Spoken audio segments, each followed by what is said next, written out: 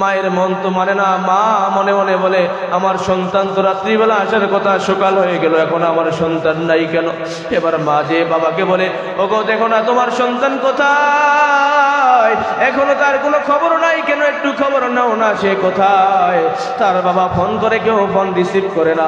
পর্যায়ক্রমে যখন সময় বাড়তে থাকে, মায়ের মন আর মানে না। মা ছটফট করতে করতে যায় নামাজে দাঁড়িয়ে গেল, বল আল্লাহ, জানি না আমার সন্তান কি হালতে আছে, কি অবস্থায় আছে, আবার বলে ফিরে দাও। মুসলমান বন্ধুগণ আমার, যার বাবা নাই, যার মা নাই, সে কথাগুলো বুঝবেন, দিলের কান দিয়ে কথাগুলো শ্রবণ করা যায়। এবার যখন কিছুক্ষণ পরে হঠাৎ করে কে জানে টেলিফোন করলো, বললো এই মোবাইলের মালিক কে? বলে আমার সন্তান। এবার অপর পাশ থেকে সেই অপরিচিত লোক বলে, আপনি এখনো বাড়ির মধ্যে কি করতেছেন? দ্রুত চলে আসেন অমুক জায়গায়, আপনার সন্তান রোড অ্যাক্সিডেন্ট করেছে হয়তো বা। এইখানে তার মোবাইলটা পড়া ছিল, জানি না অনেক মানুষ অ্যাক্সিডেন্ট করেছে, তার কি হালত, আপনি একটু দ্রুত আসেন। তার বাবা কিছু না বলে বাড়ি থেকে যখন চলে গেল, রাস্তার মধ্যে যেতে গিয়ে তার সন্তান আর দুনিয়াতে নাই।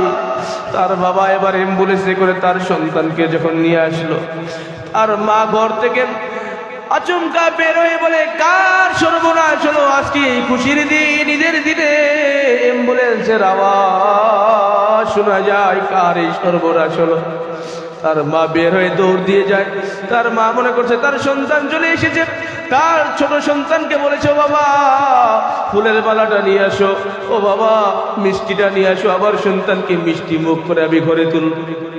যখন মা সন্তানের সামনে অ্যাম্বুলেন্সের সামনে চলে গেলেন, যাওয়ার পরে বাবার চোখ দিয়ে পানি টপ টপ করে পড়তেছে, বাবা কথা বলে না। এবার মা যখন অ্যাম্বুলেন্সের কাছে গেলেন, যাওয়ার পরে দেখে নিজের সন্তান মৃতদেহ নিয়ে লাশের খাটিয়ার মধ্যে শোয়া। মুসলমান বন্ধুগণ আমার, মায়ের আহাজারি, সেই মা জানি না আজকে কে জানি কার মা নাই। মুসলমান বন্ধুগণ আমার, আল্লাহর একজন বান্দা প্রবাসে জীবন যাপন করে, এবার ঈদের 2-3 দিন আগে যখন সে বাড়িতে আসবে, তার বাবাকে টেলিফোন করেছে, বাবা আমি এবার আপনাদের সাথে ঈদ করব, আপনাদের সাথে আমি ঈদের দিন ঈদ কাটাবো। দীর্ঘ 3-4 বছর আমি বাড়িতে আসি নাই, এবার আমি আনন্দ মুহূর্ত ঈদ কাটাবো। এবার এই কথা শুনে তার পিতামাতা খুবই খুশি। তার মাকে ডাক দিয়ে বলে, মা তোমার জন্য কি লাগবে বলো, আমি নিয়ে আসবো। বাবা তোমার কি লাগবে বলো, আমি নিয়ে আসবো। ও বাবা, আমি যেহেতু ঈদের আগের দিন যাব, বাড়ির বাজার আপনারা কেউ করবেন না, আমি সন্তান দীর্ঘদিন পরে বাড়িতে যাব, আমি সন্তান হয়ে এবার ঈদের কাপড় চোপড়, ঈদের বাজার আমি নিজে করব। এবার ঠিক আছে বাবা তুমি চলে আসো। সন্তান যখন প্রবাস থেকে বাংলাদেশ এয়ারপোর্টে নামলো, এয়ারপোর্টে নামার পরে যখন বাসে উঠলো, বাসে উঠে আসার পথে রাস্তার মধ্যে দুর্ঘটনার পরে অ্যাক্সিডেন্ট হলো। এবার মায়ের মন তো মানে না। মা মনে মনে বলে, আমার সন্তান তো রাত্রিবেলা আসার কথা, সকাল হয়ে গেল, এখন আমার সন্তান নাই কেন? এবার মা যে বাবাকে বলে, ওগো দেখো না তোমার সন্তান কোথায়, এখনো তার কোনো খবর নাই কেন? একটু খবর নাও না, সে কোথায়? তার বাবা ফোন করে, কেউ ফোন রিসিভ করে না।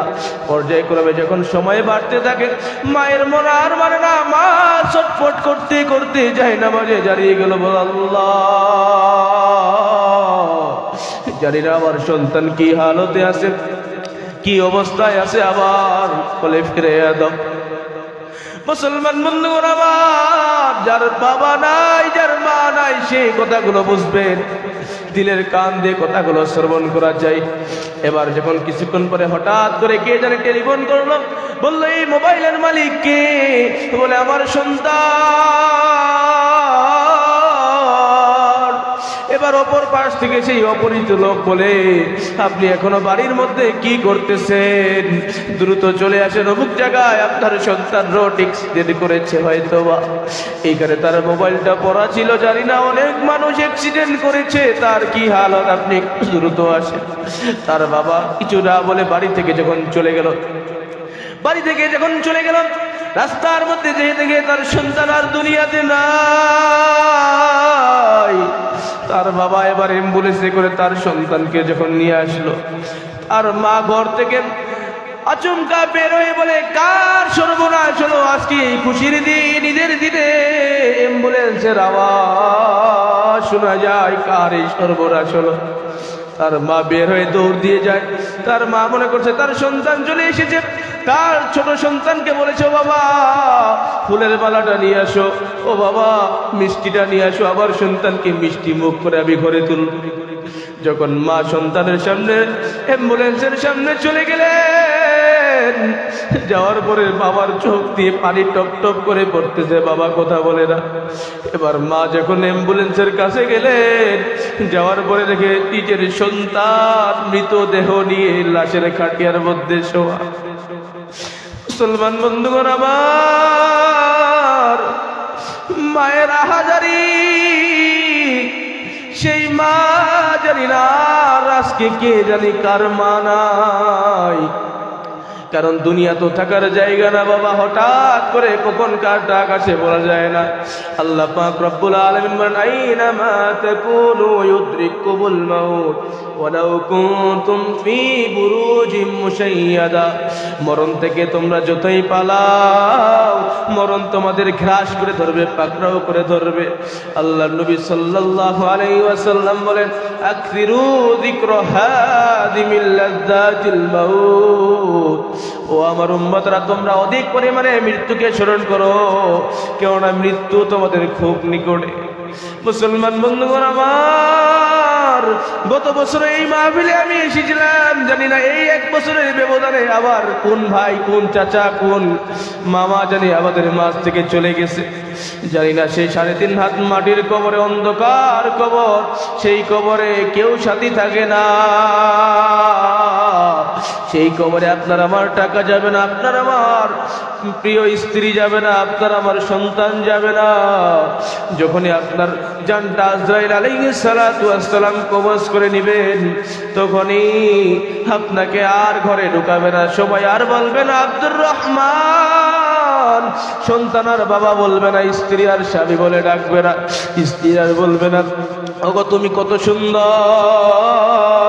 ওই সময় স্ত্রী বলবে লাশ, ওই সময় সন্তান বলবে লাশ, ওই সময় মা বলবে লাশ। ও আমার বন্ধুগণ, চোখের পানি এক ফোঁটা ফেলে দিয়ে আল্লাহকে ডাক দেবেন, আল্লাহ।